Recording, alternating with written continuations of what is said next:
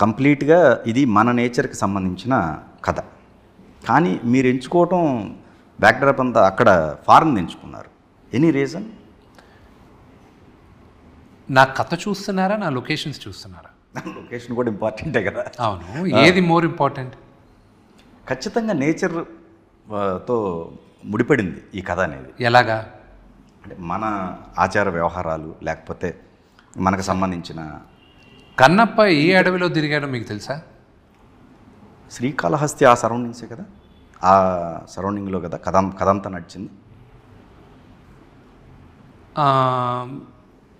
పాశుపత ఆస్త్రం ఎక్కడ తపస్సు చేశాడు అర్జునుడో తెలుసా మీకు?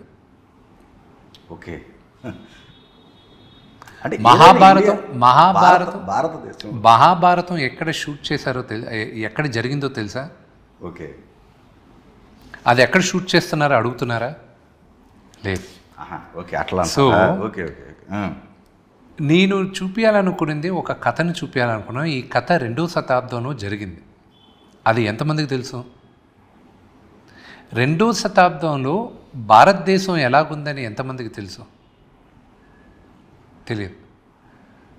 మన భారతదేశంలోనూ ఎక్స్ట్రాడినరీ లొకేషన్స్ ఉన్నాయి. నార్త్ ఈస్ట్ వెళ్ళండి, లేదా మీరు నార్త్లో లడాక్, లే, కొన్ని లొకేషన్స్ ఉన్నాయి, ఫెనామినల్ లొకేషన్స్. కానీ మనం మనుషులుగా మనం ప్రకృతిని ప్రార్థిస్తాం, కానీ మనం పంచభూతాల్ని మనం దేవుడిగా ప్రార్థిస్తాం, కానీ వాటిని మనం గౌరవించట్లేదు, వాటికి మనం ఇవ్వాల్సిన మర్యాద ఇవ్వట్లేదు. ఎంత పొల్యూషన్తో మన స్కై కలర్ అంతా మారిపోయింది. మీరు తెల్లారుజామున లేచిన తర్వాత సిటీలో ఎక్కడైనా పక్షుల సౌండ్లు వినిపిస్తున్నాయా మనకి? లేవు. అసలు ఇంత బ్యాడ్ పొల్యూషన్గా చేసిన తర్వాత మన అందాన్ని మనమే దాన్ని చంపుకున్నాం. సో ఈ ఉద్దేశంతో నేను తీయాల్సిన నా కన్నప్ప అత్యద్భుతమైన లొకేషన్స్ ఉండాలి, పారే నీరు ఉండాలి, ఎక్స్ట్రాడినరీ కలర్స్ ఉండాలి వాటర్లో, natural colours, everything should be beautiful, sky బ్యూటిఫుల్గా ఉండాలి. సో నేను ప్రపంచం అంతా తిరిగిన తర్వాత ఆఖరికి దేవుడు గీసిన బొమ్మ ఇంటాక్ట్గా అలాగే ఉంది, ఇంకా చెడిపోలేదంటే న్యూజిలాండ్. సో అందుకోసమని నేను అక్కడికి వెళ్ళి షూట్ చేశాను.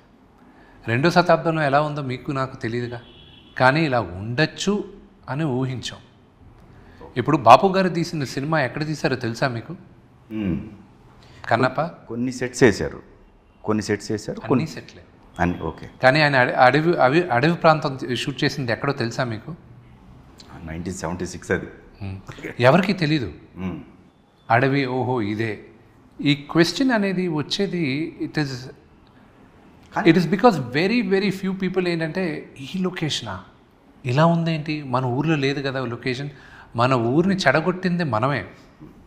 కానీ ఇక్కడ ఉద్దేశం ఏంటంటే, ఆదిపురుషు మీరు గమనించినట్టయితే, see don't compare a movie which has been shot in an entire green mat. ఆదిపురుషులో అదే that entire movie was shot in a green mat. Not only ఆహార్యంలో కూడా. see that is మీరు తప్పు మాట్లాడుతున్నారు, దాంట్లో క్షమించాలి. ఆదిపురుష్ అనేది రామాయణం ఇలాగ జరుగుండొచ్చేమో అని వేరే దేశంలో తీసుకెళ్ళి షూట్ చేసేది, రామాయణం కాదు. మీరు కరెక్ట్గా చూసారంటే ఆ కథలో ఇన్స్పైర్ అయ్యి తీశారు వాళ్ళ సినిమాని.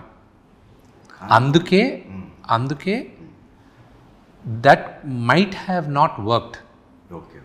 ఓకే, అది వర్క్ చేయకపోవడం. కర్ణుడు చావుకి 1,00,000 కారణాలు ఉంటాయి.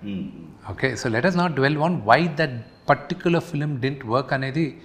ఎనీ ఫిలిం మీరు పనిచేస్తే కథ బాగుంటే అన్నీ ఎక్స్క్యూజ్ చేస్తారు. కానీ ఇక్కడ మీరు గమనించినట్టయితే మొన్న మధ్య హిందూ సంఘాలకు సంబంధించి కన్నప్ప విషయంలో మీరు అంటే అంత భారీగా అంత విజువల్ గ్రాండ్గా ఉన్నాయి, కానీ ఆ డివోషన్కి సంబంధించింది కనపడలేదు. అంటే బొట్టు కానీ అది ఆహార్యంలో కనపడలేదు. ఎవరికి బొట్టు కనిపించలేదు? మీ నుదుటిన బొట్టు లేదనేది విమర్శలు హిందూ సంఘాలు కొంతమంది బయటకు మాట్లాడారు. ఆటవికుడు కదా. ఓకే, కానీ అప్పటికి భక్తి పార్వశ్యంలో కొనసాగుతున్నారు కదా. 2వ శతాబ్దంలో దేవుణ్ణి కొలిసే హక్కు ఎవరు కొనింది? ఓకే, మీరు చదివారు, మీరు 2వ శతాబ్దంలో, అంతవరకు ఎందుకు 16వ శతాబ్దం వరకే తీసుకుందాం. దానికి ముందు గుడి లోపలికి వెళ్ళి ఆ హక్కు ఎవరికి ఉండింది? ఓకే, ఎవరికి? వేద బ్రాహ్మణులకి. అవును. ఆటవికుడిని అలౌ చేశారా? శూద్రుడు అనేవాళ్ళు. అవును. సో 2వ శతాబ్దంలో ఎలాగ అలౌ చేస్తారు వీడికి? కథ బేసిసే అది. ఓకే. సో నిజమైన దేవుడు భక్తులు ఎవరికి కథ తెలుసో వాళ్ళు క్వశ్చన్ చేయరు. కథ ఇది చెప్పబోతున్నాడు కథ అని తెలుసు వాళ్ళకి. కథ తెలియని వాళ్ళు ఒక ట్రైలరో టీజరో చూసి ఏదైనా మాట్లాడాలనుకుంటే, అండ్ ద వెరీ ఫన్నీ, కొంతమంది మంది కదండి వాళ్ళు హిందూ సంఘాలకు సంబంధించి. ఎందుకంటే బాగా చదివిన హిందూ సంఘాలు ఎవరు కథ తెలియకుండా మాట్లాడరు. పెద్ద సంఘాలు ఉన్నాయి. Okay okay. నాకన్నా పెద్ద హిందుత్వాన్ని ఫాలో చేసేవాడు ఎవడన్నా ఉన్నాడా అనేది ఊరికే మీడియాలో వచ్చి కెమెరాల ముందు అరిచేవాళ్ళు కాదు. ఓకే, నేను ఏం చేస్తానో, నేను చేసే యాక్టివిటీసు నేను చెప్పుకోను. ఎంతమందికి తెలుసు నేను ఆర్ఎస్ఎస్తో నాకు బాగా క్లోజ్ లింక్స్ ఉన్నాయని? ఎవరో జర్నలిస్ట్ మీకు తెలుసా? 25 సంవత్సరాలుగా వాళ్ళ యాక్టివిటీస్లో నేను పాల్గొంటానని మీకు తెలుసా? You don't. I don't want to tell. ఎందుకు చెప్పాలి నేను? I'm a proud Hindu. నేను నా దేవుడిని ఎలా చూపించాలో నాకు తెలుసు. ఓకే. రెండోది ఇంకోటి చెప్తాను, చాలామంది అడుగుతున్నారు. పార్వతీదేవి నుదుటిన బొట్టు లేదు, కుంకుమ లేదు, అది ఇది అన్నారు. నేను చాలా ఇంట్రెస్టింగ్ కొన్ని ఫ్యాక్ట్స్ చెప్తాను.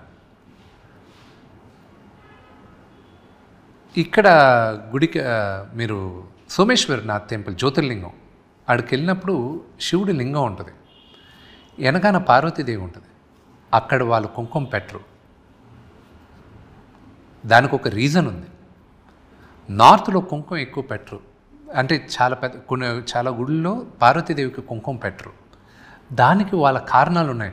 ప్రతి ఒక్కరికి ఒక కారణం చెప్పుకుంటూ వెళ్ళలేను కదా. రెండోది, నేను కథ రాసుకున్నప్పుడు పార్వతీ పరమేశ్వర్లు నా మదర్ అండ్ ఫాదర్. నా మదర్ ఫాదర్ మిడిల్ ఏజ్లో ఎలాగుంటారు, నేను ఎలా చూశాను, వాళ్ళు చిలిపిగా ఉంటారు. భూ ప్రపంచంలో కాదు, యూనివర్స్లో one of the strongest love story Parvati పరమేశ్వరులది. ఎంతమందికి తెలుసు అది?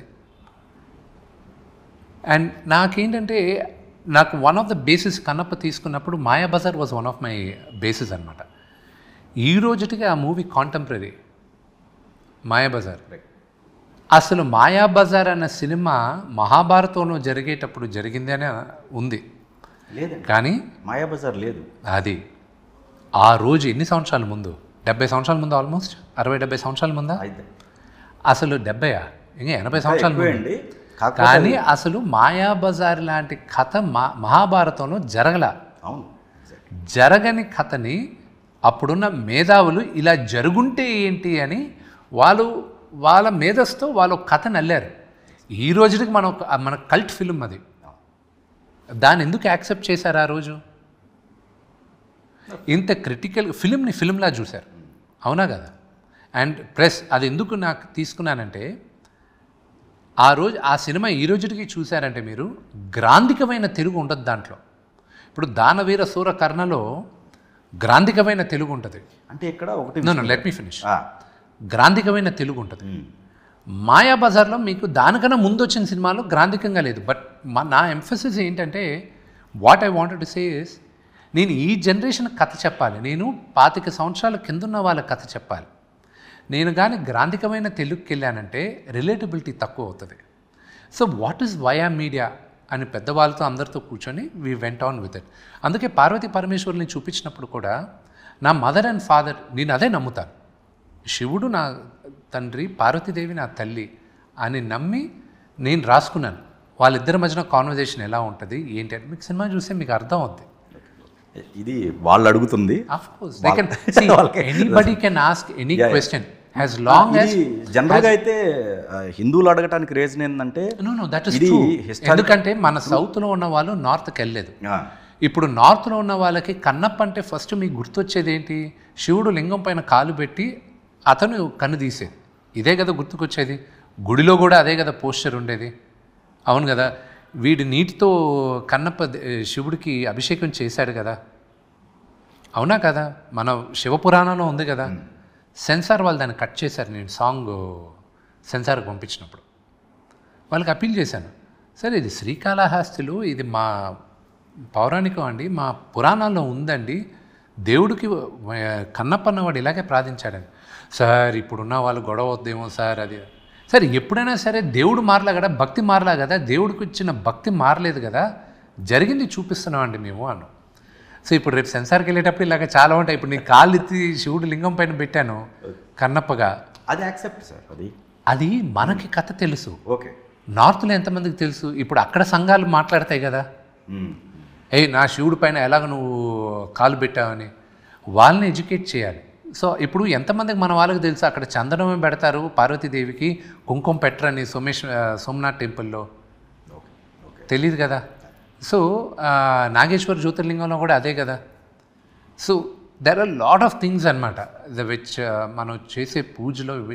సో ఎవరిని బాధ పెట్టకుండా, ఎవరికి దీన్ని చేయకుండా, సో కథ రాసుకునేది అలాగా చేసుకుంటూ వెళ్ళాం.